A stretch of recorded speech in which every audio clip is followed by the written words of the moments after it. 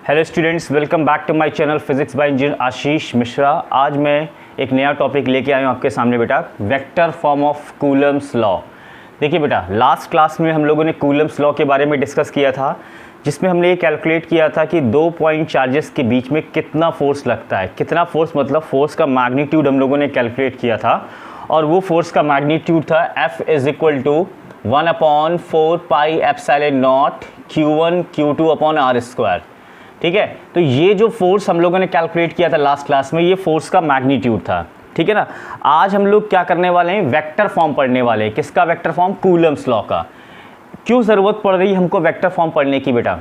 इसलिए क्योंकि फोर्स एक वेक्टर क्वांटिटी है, फोर्स के पास मैग्नीट्यूड भी होता है और फोर्स के पास डायरेक्शन भी होता है। इसलिए फोर्स के मैग्नीट्यूड के बारे में तो डिस्कस हम लोगों ने कर लिया। What about the direction? इसलिए हमको क्या पढ़ना पड़ रहा है, vector form of Coulomb's law. और ये टॉपिक क्लास 12th के board exam point of view से बहुत इंपॉर्टेंट है, क्योंकि इससे रिलेटेड क्वेश्चंस बहुत आते हैं। तो मैं आपको वो क्वेश्चंस भी बताऊंगा सारे, शायद आज बता पाऊँ, नहीं तो फिर नेक्स्ट क्लास में तो 100% मुझे बताना है। ठीक है ना। तो चलिए हम लोग स्टार्ट करते हैं vector form of Coulomb's law. चलिए देखते हैं बेटा कैसे स्टार्ट करना है इसको। इसमें भी एज इट इज़ वही काम करना है जो हम लोगों ने कूलम्स लॉ में किया था। 2 पॉइंट चार्ज लेने हैं। 2 पॉइंट चार्ज मतलब Q1 और एक चार्ज है हमारा Q2। 2 पॉइंट चार्ज लेने हैं Q1 और Q2। ठीक है। अब ये दोनों चार्जेस जो हैं ये भी दोनों पॉजिटिव चार्ज हैं।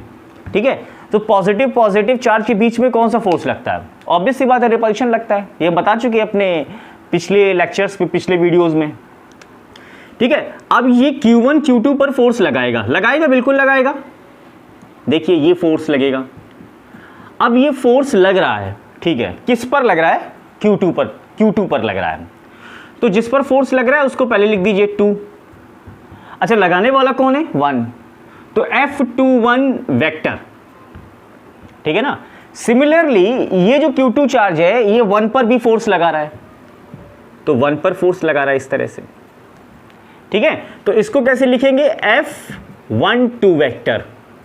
ठीक है ना, क्योंकि ये फोर्स लग रहा है 1 पर, लगाने वाला कौन है? 2 पर, तो F12।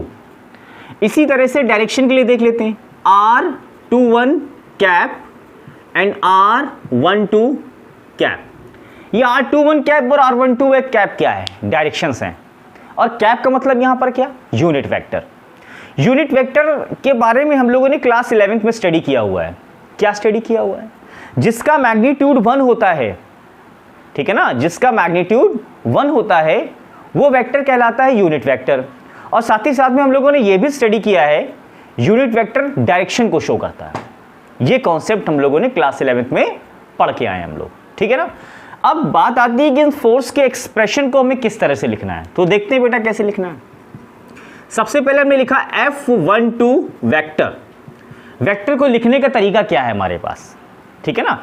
तो क्या लिखने का तरीका है? सबसे पहले इसका हम मैग्नीट्यूड लिखेंगे और उस मैग्नीट्यूड से यूनिट वेक्टर का मल्टीप्लाई कर देंगे, तो हमको ही पता चल जाएगा क्या? फोर्स का डायरेक्शन। ठीक है ना। तो चलिए लिखते हैं। तो सबसे पहले एक्सप्रेशन के लिए magnitude 1/4 pi epsilon not Q1 Q2 upon R square, ये है मैग्नीट्यूड। और इससे यूनिट वेक्टर का मल्टीप्लाई कर दें, R12 कैप। तो ये F12 के लिए एक्सप्रेशन बना दिया मैंने।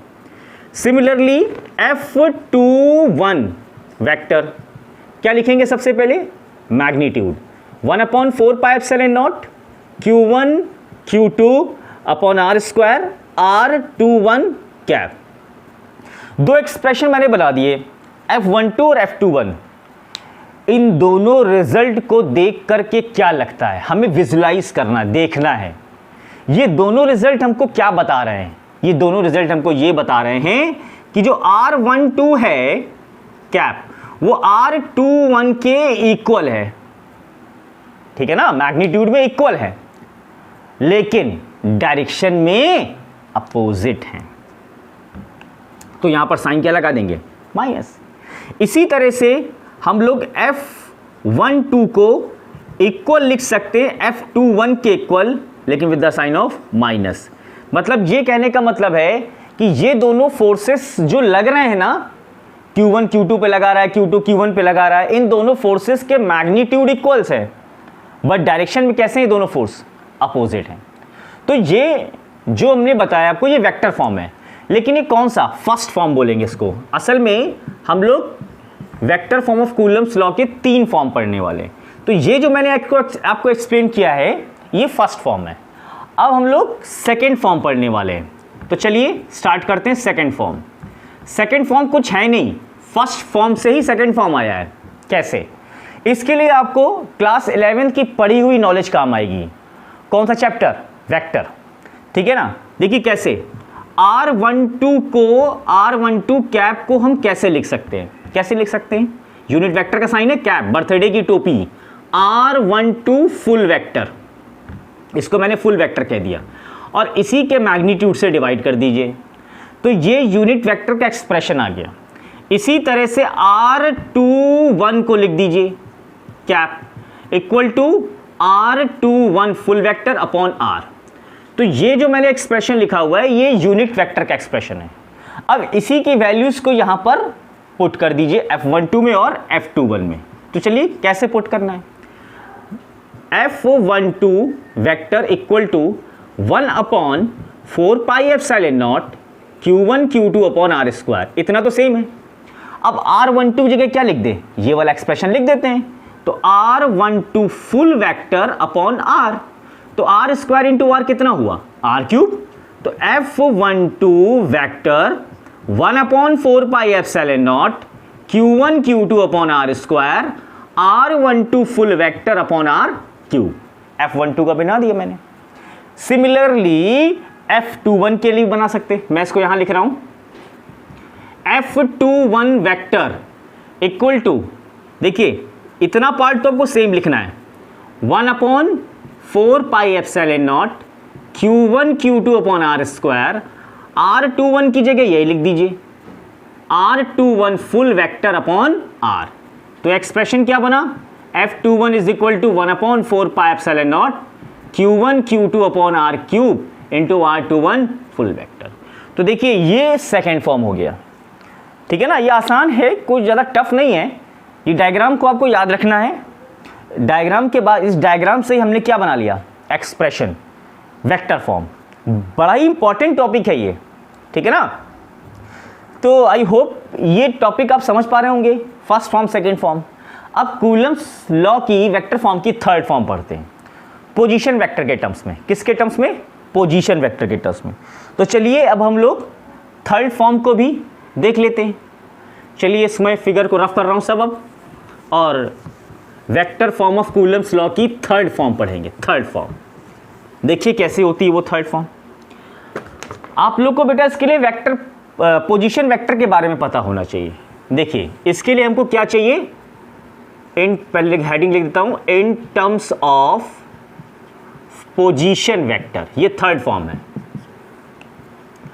Position vector. ठीक है ना? चलिए इसके लिए हमको जरूरत पड़ेगी कोऑर्डिनेट सिस्टम की। कोऑर्डिनेट सिस्टम मतलब ये हो गया हमारा कोऑर्डिनेट सिस्टम। ठीक है? ये 0 0 ओरिजिन पॉइंट। यहां पर हम एक चार्ज ले रहे हैं Q1 और एक चार्ज यहां ले रहे हैं Q2। दोनों को मैंने आपस में ज्वाइन कर दिया। ये देखिए Q1 और ये Q2। तो Q1 Q2 पर फोर्स लगाएगा, बिल्कुल लगाएगा। उसी तरह से इस तरफ लगाएगा F21। जिस पर फोर्स लग रहा है उसको पहले और जो लगाने वाला है उसको बाद में। सिमिलरली Q2 Q1 पर फोर्स लगाएगा F12 वेक्टर। Q1 की पोजीशन लोकेट करना है with respect to origin point. तो ये वेक्टर बना दिया हमने यहां से, इसको लिख दिया मैंने R1 वेक्टर। इसी तरह से Q2 की पोजीशन लोकेट करने with respect to origin point, तो ये R2 वेक्टर। ठीक है? तो ये ओरिजिन पॉइंट है बेटा।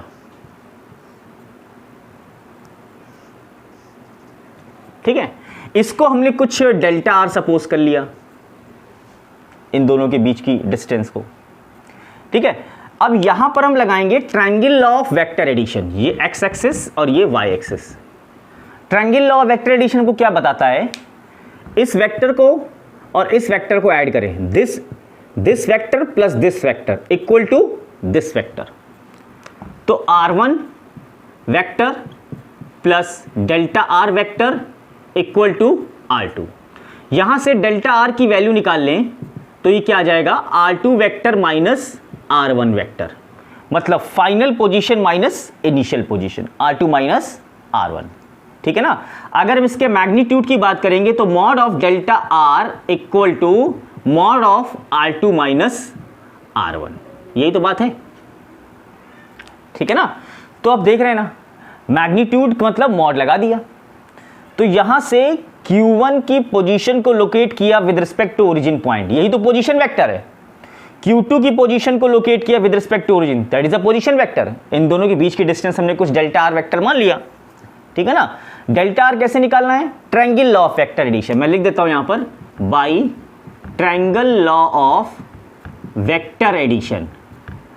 ठीक है ना। ये क्या होता है, देखिए हमने इस वेक्टर को और इस वेक्टर को ऐड किया इक्वल टू दिस वेक्टर, मतलब रिजल्टेंट वेक्टर।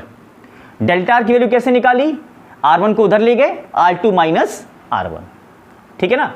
हमारा एक्सप्रेशन क्या था, F12 equal to 1/4 pi epsilon not Q1 Q2 upon R cube R12 vector.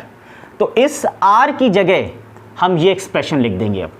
So F12 equal to 1/4 pi epsilon not Q1 Q2, R की जगह देखिए magnitude है ना, तो यहां पर हम लिख देंगे, अगर हम 1-2 की बात कर रहे हैं तो या एक काम करते हैं, इसको F21 कर लेते हैं पहले, F21 वेक्टर। ठीक है ना।